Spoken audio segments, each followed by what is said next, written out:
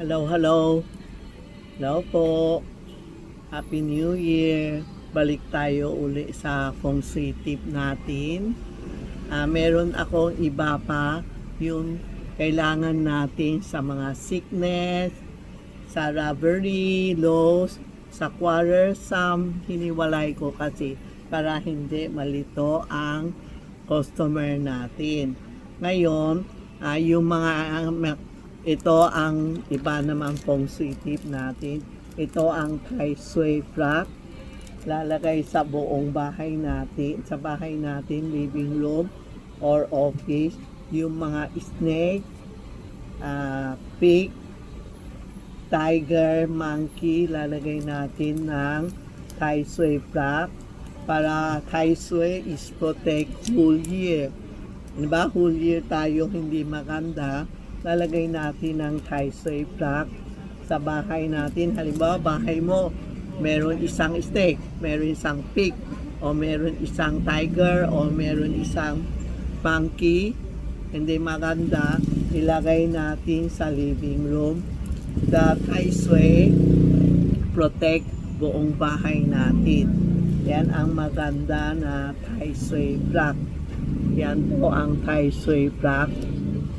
Screenshot nyo para pag pumunta kayo dito o text nyo sa amin, alam namin anong bibili nyo kasi marami pumupunta dito.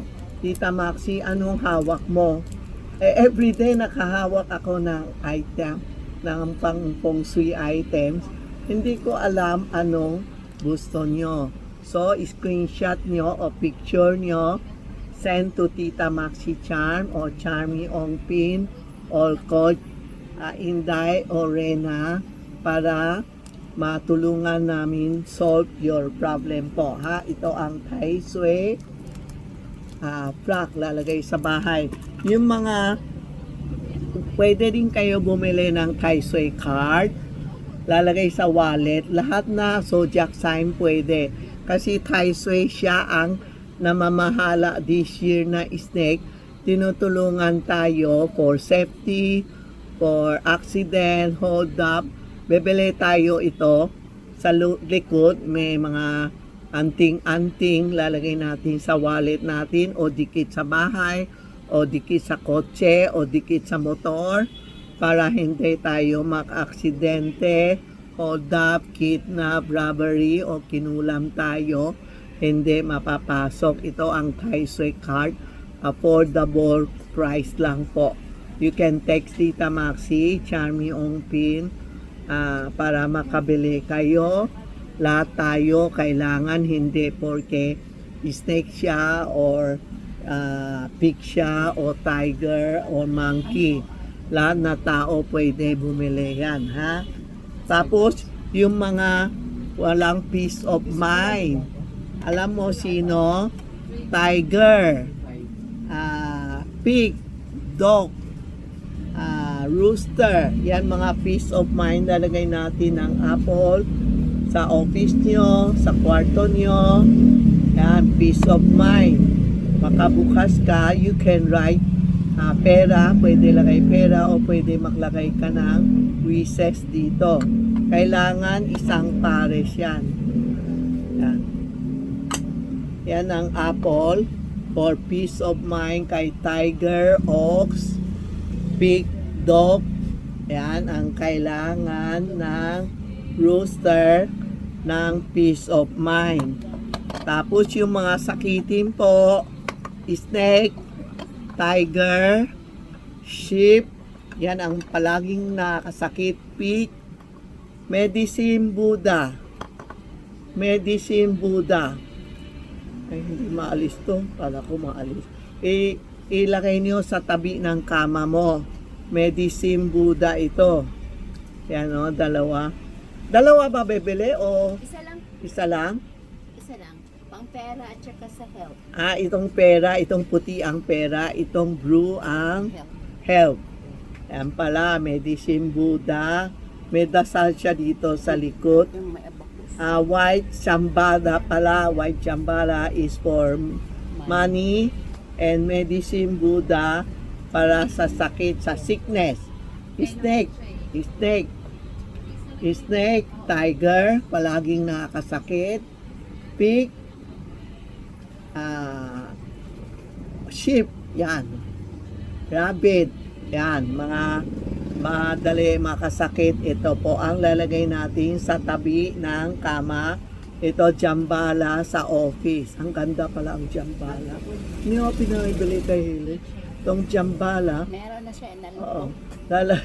lalagay mo sa tabi ng yung mga nakahanap ng palaging nakakasakit. Ito po, ha? Tapos ito ang Chinese na shoe. Long life. Alam mo, pag bagong panganak o bagong birthday, dineregalo, bumibili sa gold store. This is a sign for long life. Pwede mo lalagay dito ang gano'n ko long life. Ito po ang abacus ng Pilipino, Chinese abacus. Ito po sa feng shui is for money and long life. Money and long life, you can put it in your office or bedside mo para long life tayo. Lalo na mga senior. Lalagay natin sa tabi ng kama mo, long life. Yan po. Kung ayaw, wala kayong malagay, itali nyo sa tabi ng kama. Pwede yan. Ito, medicine Buddha sa mga senior. No? Bebili kayo. Tapos itong holo, lalagay nyo sa gitna ng bahay. Kasi snake nasa gitna, snake illness siya. Kaya lalagay tayo ng holo, blue and fuchsia ba ito? Fuchsia. Blue and fuchsia lalagay sa center ng bahay o sa tabi ng two side ng kama mo. With jambala, pwede din po. Yan ang holo for good health. Lifetime na ito Good health, long life, protection, prosperity, protection. Oo, kasamang pera. May bat siya Ang bat pera ng Chinese Good luck.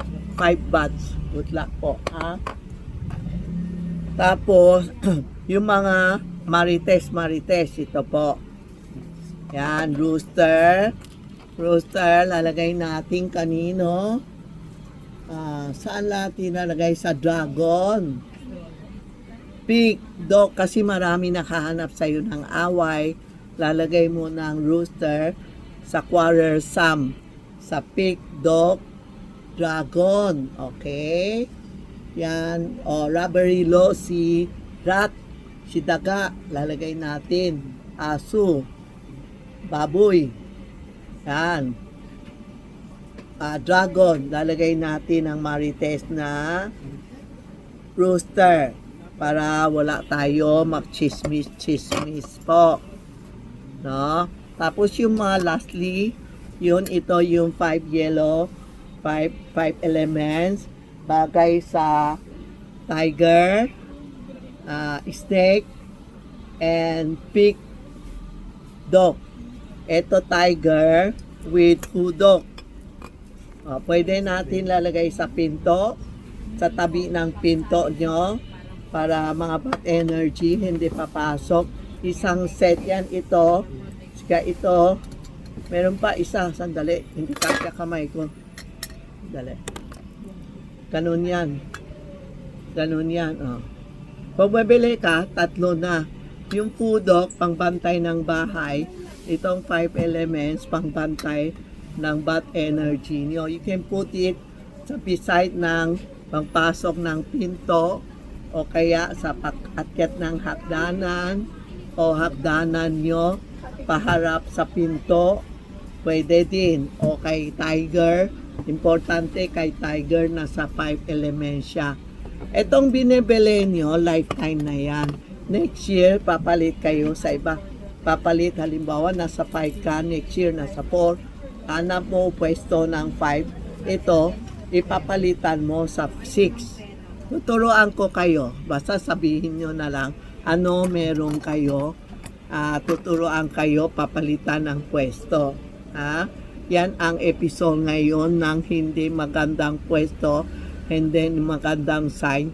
Yan ang bebele nyo. Screenshot nyo and text Tita Maxi, Charmy Ongpin tutulungan namin kayo, mga angel ko, tutulungan kayo, pero sasabihin nyo, ano yan, hindi how much ang how much. Walang sasagot sa inyo kung how much kayo nagtatanong. Dahil dapat sasabihin nyo, how much yung apple, how much yung medicine Buddha, how much yung rooster, para marunong kami magsagot sa inyo. Okay, you can take Charmy Ongpin. Ito, Charmy Ongpin. Ako nakatayo sa tindahan ko, hindi bata. Ha? Tapos, ito ang Tita Maxi, walang tao. Tita Maxi, nakasulat lang Tita Maxi with patwa. Oh, okay? Huwag nyo ipapasa sa iba kasi hindi sila marunong magsagot. Marami gumagamit ang video ko and picture ko, tapos sasabihin nila si Tita Maxi nagre-renovation, tindahan ni Tita Maxi nasa Paranaque. Hindi po, ang Tita Maxi nasa Ongpin, 757 Ongpin Street, Minondo, Manila. Legit kami, ha? Ito ang mukha ni Tita Maxi. Hindi yung picture ko, video ko, tapos ibang item, sinuloko niya kayo. Lalo na kawawa yung mga gumagamit ng picture ko, tapos binebenta na fake na sing-sing, 399, 599. Hindi sa akin yun. Tapos may gift palaw ako sa kanya, may rapos. Hindi po. Ang ginagamit namin is GCash or BDO. Tapos papadala ko kayo sa LBC o rider kayo kukunin. Pero hindi kami COD o JNR ba? JNT, hindi sa amin yun. Huwag kayo magtanggap pag JNT, hindi si Tita Maxi yun. Hindi kami nagde-deliver sa inyo. Hindi kami COD. Para sure, you can text Tita Maxi o Charmy Ongpin or video call. Sasagutin namin kayo. Lalo next week, nako, hindi na kami maka-live. Daming tao na. Habang ngayon walang tao, medyo pahinga, maka-video pa ako, maka-YouTube, TikTok. Okay? Screenshot nyo and text Tita Maxi. Feng Shui is a guide lang, huwag kayo magalit. Iba kasi sinasagot, Diyos lang ang believe, porque kami gusto pera. Ganon, hindi po. Feng Shui is a guide, ginagad ko kayo. Bebili kayo, problema nyo, hindi kayo bebili. Okay lang naman, hindi kami pinipilit kayo bumili. It's only a guide. Kung kaya nyo bili kayo. Pag hindi kayo bumili, okay lang po, ha? Thank you po. God bless and thank you sa lahat nag-support kay Tita Maxi sa TikTok, sa YouTube, Tita Maxi Charm and Charmy Ongpin. Salamat po. Deep in my heart, Happy New Year.